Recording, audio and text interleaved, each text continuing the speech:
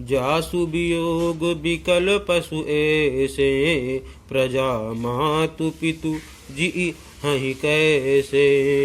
बर बस राम सुमंत्रु पठाए, सुर सरि तीर आपु तब आए।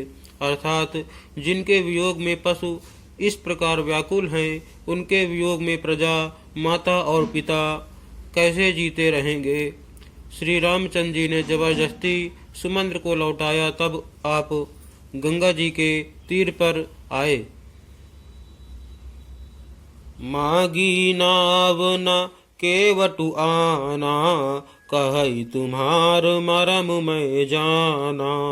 चरण कमल रज कहूँ सब कहाई, मानुष करनि मूरी कछु आहाई। अर्थात श्री राम ने केवट से नाव मांगी, पर वह लाता नहीं। वह कहने लगा, मैंने तुम्हारा मर्म भेद जान लिया। तुम्हारे चरण कमलों की धूल के लिए सब लोग कहते हैं कि वह मनुष्य बना देने वाली कोई जड़ी है। छुअत शिला भई नारी सुहाई, पाहन ते न काठ कठिनाई। तरन्यु मुनि घरनी होई जाई, बाट परई मोरी नाव उड़ाई। अर्थात जिसके छूते ही पत्थर की शिला सुंदरी स्त्री हो गई।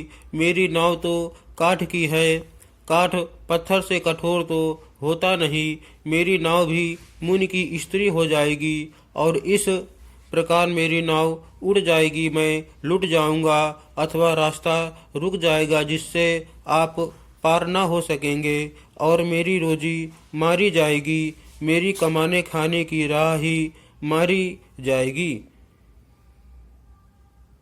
एहि प्रतिपालऊँ सब परिवारू, नहीं जानऊँ कछु और कबारू।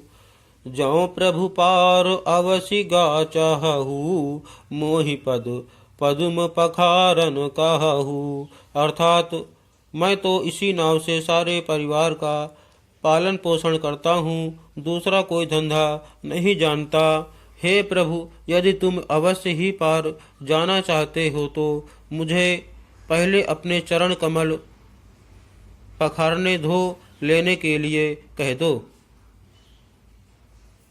पद कमल धोई चढ़ाई, नाव न नाथ उतराई चह। मोहि राम राउरी आन, दशरथ शपथ सब साची कहूँ। बरु तीर मारहूँ लखनु पै, जब लगी न पाय पखारी हूँ। तब लगी न तुलसीदास, नाथ कृपाल पारु उतारी हूँ। अर्थात हे नाथ, मैं चरण कमल धोकर आप लोगों को नाव पर चढ़ा लूँगा। मैं आपसे कुछ उतराई नहीं चाहता।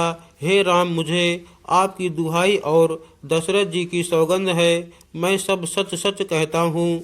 लक्ष्मण भले ही मुझे तीर मारे, पर जब तक मैं पैरों को पखार न लूँगा तब तक हे तुलसीदास के नाथ, हे कृपालु, मैं पार नहीं उतारूँगा।